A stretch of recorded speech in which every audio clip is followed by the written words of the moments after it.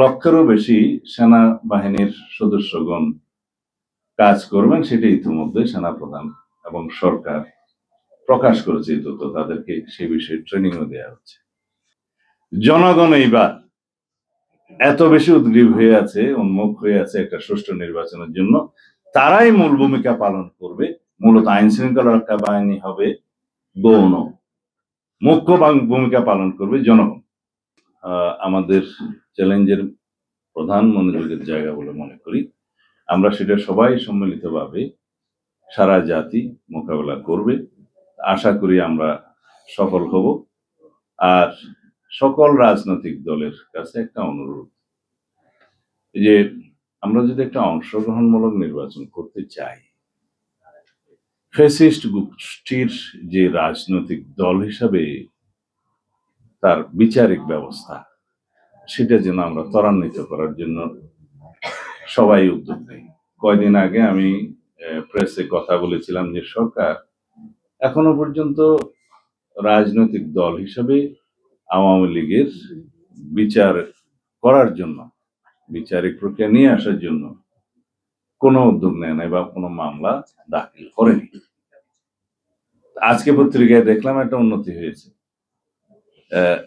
ICT ট্রাইব্যুনালের chief prosecutor এটা বিবৃতি দিয়েছে বা কোথাও কথা বলেছে যে আওয়ামী লীগের বিরুদ্ধে রাজনৈতিক দল হিসাবে মামলা দায়ের করার বিষয়ে তদন্ত শুরু করবেন। ভালো উদ্যোগ, তবে অনেক বিলম্ব হয়েছে।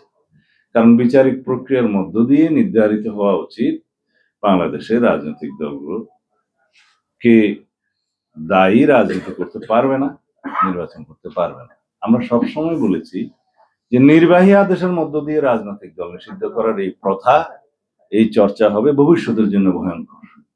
তো সুতরাং আগে জামায়াতে ইসলামের রাজনীতি নিষিদ্ধ করা হয়েছিল নির্বাহী আদেশের মাধ্যমে। বিএনপি প্রথম সবচেয়ে প্রতিবাদ করেছে ভিগোরাসলি, মানে কি হবে, আচ্ছা, আমরা প্রোটেস্ট করেছি সেটা তখন।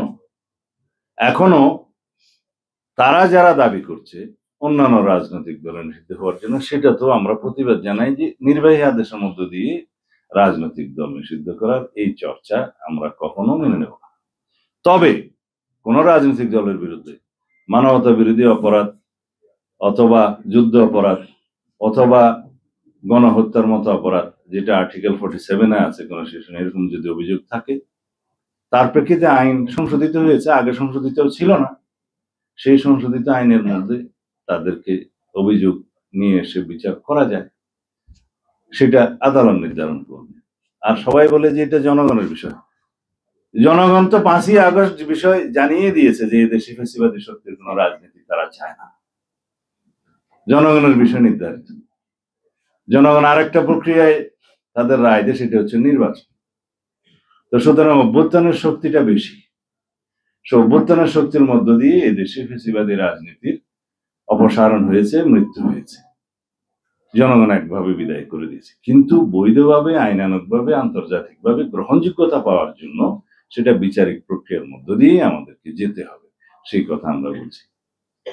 আপনাদের অনেক ধন্যবাদ, আমাকে অনুমতি দিলে আমি উঠতে পারি। 1 লক্ষেরও বেশি সেনাবাহিনীর সদস্যগণ কাজ করবেন, সেটা ইতিমধ্যে সেনাপ্রধান এবং সরকার প্রকাশ করেছে এই তথ্য। তাদেরকে সেই বিষয়ে ট্রেনিংও দেওয়া হচ্ছে।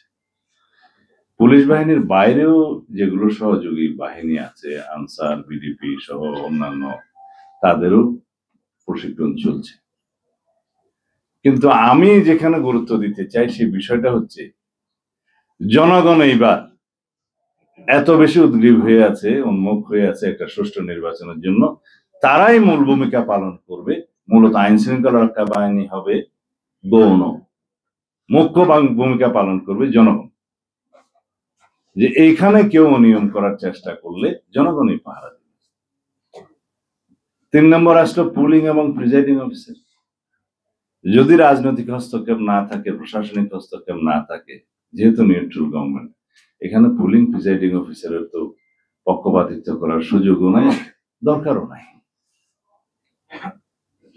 বাদ বাকি রইল জনগণ এবং রাজনৈতিক দল।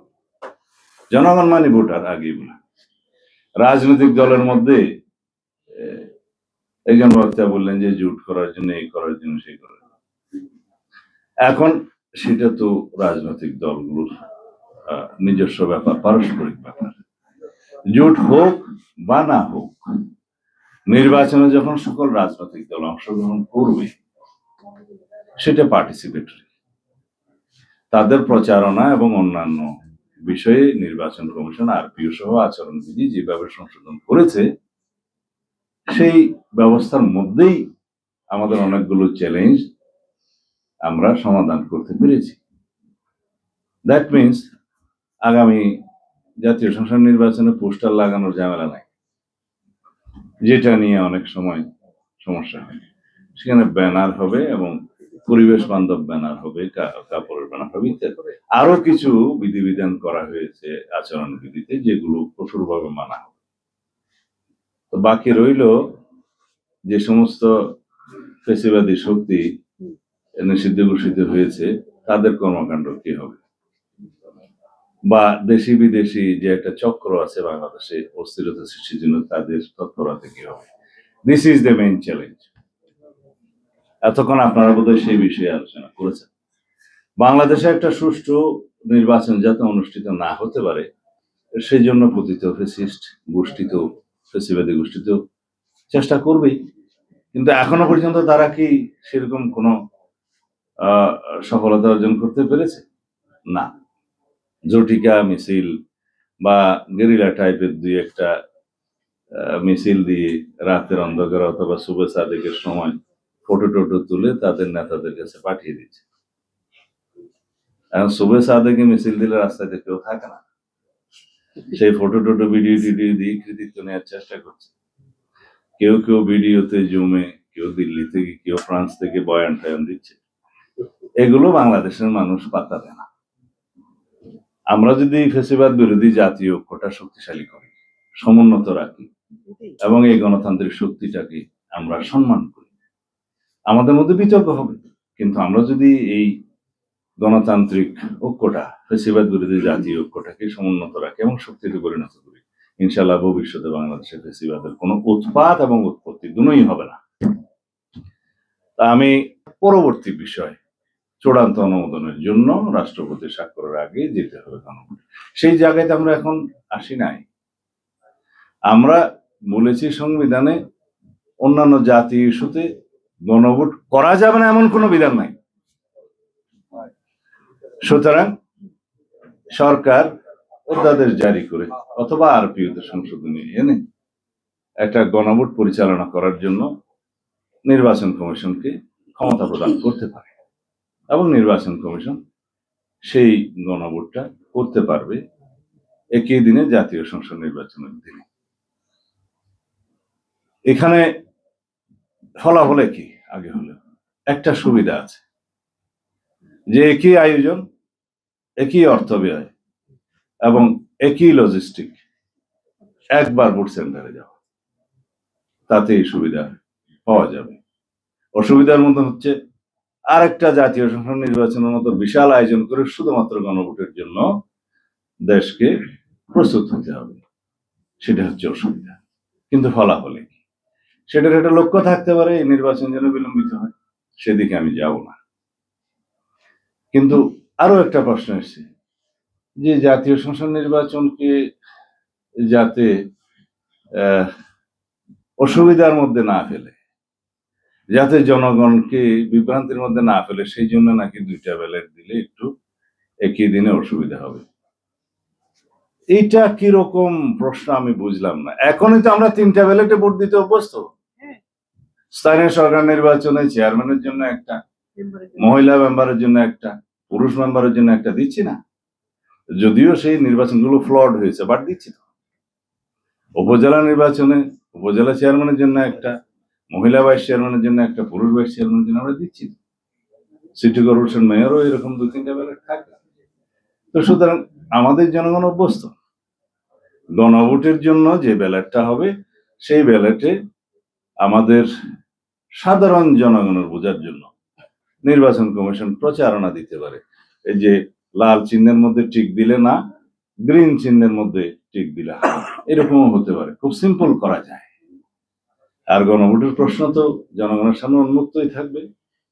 এই যে জুলাই জাতীয় সনদ যেভাবে স্বাক্ষরিত হয়েছে, অঙ্গীকারাবদ্ধ হয়েছে, তার পক্ষে আছেন কি নাই, হ্যাঁ অথবা না। আমরা সিম্পলের দিকে যাব, এটাই হচ্ছে আমাদের জন্য চ্যালেঞ্জ। যারা জটিল করতে চাচ্ছে তাদেরকে আল্লাহ হেদায়েত নসিব করুন। আমাদের যেন জাতীয় জীবন আমরা একটা সুন্দর, সুষ্ঠু, নিরপেক্ষ, অবাধ জাতীয় সংসদ নির্বাচনের মাধ্যমে একটি রাজনৈতিক স্থিতিশীল সরকার পেতে পারি, রাষ্ট্র পরিচালনার জন্য স্থিতিশীলতা আনতে পারি, সেই জন্য আমরা সবাই দোয়া করতে পারি। তবে আজকের এই বিষয়ে এক লাইনও না বললে তো মান্না ভাই বলবে যে এই বিষয়ে কিছু বললেন না। এখন গুণগত মানসম্পন্ন নির্বাচনের জন্য আসলে কি প্রয়োজন, নির্বাচনের বিষয়গুলো কি, সাবজেক্ট কি, অবজেক্ট কি? জনগণ, ভোটার, নির্বাচন কমিশন, পলিটিক্যাল পার্টিস, আইন শৃঙ্খলা রক্ষাকারী বাহিনী, এই তো। আইন শৃঙ্খলা রক্ষাকারী বাহিনী এক নম্বর বলি, বর্তমান পুলিশের যে অবস্থা, সবাই সন্দেহ পোষণ করে তাদের দিয়ে এই নির্বাচন সুষ্ঠুভাবে সম্পন্ন করা সম্ভব হবে কিনা। হ্যাঁ, এই বিষয়ে সবার একটু প্রশ্ন আছে, কারণ পুলিশ বাহিনীর টোটাল মোরালটা এখনো সেই আগের জায়গায় ফেরত আসেনি।